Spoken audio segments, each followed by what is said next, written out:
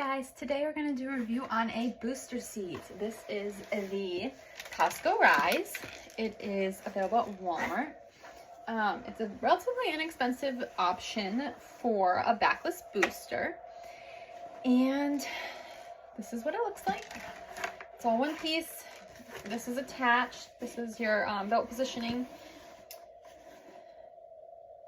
Right here, belt positioner. And that would be in use if the seatbelt does not hit your child correctly. So this seat is used from 40 to 100 pounds and 43 to 57 inches. So your child can't use it till they're 40 pounds and 43 inches, and they can only use it till they're 100 pounds or 57 inches. Now, this is a belt positioner because it is a booster. It is a no back booster, as you can see. It is relatively narrow. It's pretty free across friendly. This specific color pattern I don't believe is available anymore, but there are other colors with this fabric looking like this, and then the black is just a different fabric now, but it is the same seat. Anyway, so it has this attached, which I really like. I think that's a pro because you can't lose it. Oftentimes booster seats will come with these in like a little baggie and you have to attach it, especially boosters with backs on them, because you don't use this if you have a back on the booster. But I do like that. There's this little area right here underneath where it stores if it's not in use, and then this goes on the seat. If it is in use, it goes around behind the seat up like this. This is to be used, it would go on the side where the shoulder belt is, so pretend the shoulder belt's coming down this way. And you want the shoulder belt to hit your child on the shoulder and kind of come across their collarbone and down. You don't want it up here by their ear, it's too high there. Now, if your car has like adjustable belts where your child sits, or like a lower belt because they're in like the middle or something, then you may not need to use this. Or if they're tall enough that the belt hits them correctly from where it comes from. And the other thing you want is you want it to hit them like kind of below their hip bones, but not like flat on their thighs, kind of just like right here is where this lap belt hits. This is raising your child to the seat belt. So this is not like attached to the seat in any way. It does not have latches on it, which can be a con, can be a pro. Depends on like, is this just a seat you're throwing in for an extra friend? Is this, if you need a 3-cross situation, this might be helpful because it is narrow, especially back here by the belt buckles. So it's easier to find the belt buckle for the child buckling themselves in, especially if there's car seats on either side. You will need to buckle this seat in anytime it is not in use. So, this raises your child to the seatbelt so that they fit it correctly. That is why there's minimums. I believe there's also a 4-year minimum on it. Yes.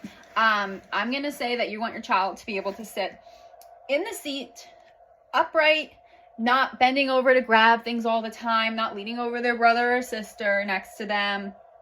You don't have to keep reminding them constantly. I mean, yes, a 6-year-old is probably going to need a couple of reminders, but not the whole car ride. Okay? So that's when your child's ready for a booster, is when they meet the minimums, height and weight, but also when they meet the minimum maturity-wise.